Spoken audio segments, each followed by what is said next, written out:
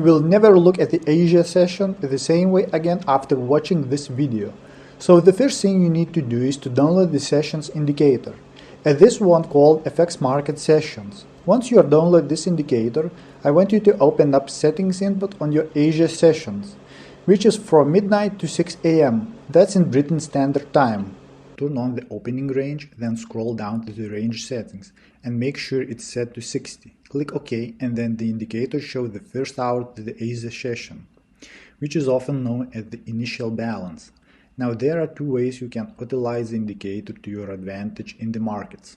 The first way is trading in the same direction that price travels outside of this initial range.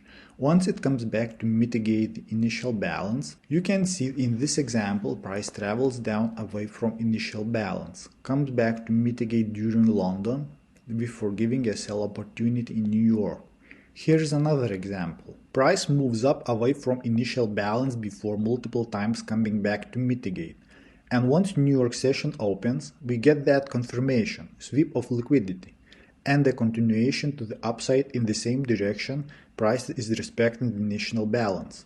The second way you can utilize the initial balance is to trade into it. If price moved away and is yet to mitigate that same day, you can trade towards the initial balance and aim for it as a target. Now here you can see price did open below the initial balance, however then swiftly moved to the upside.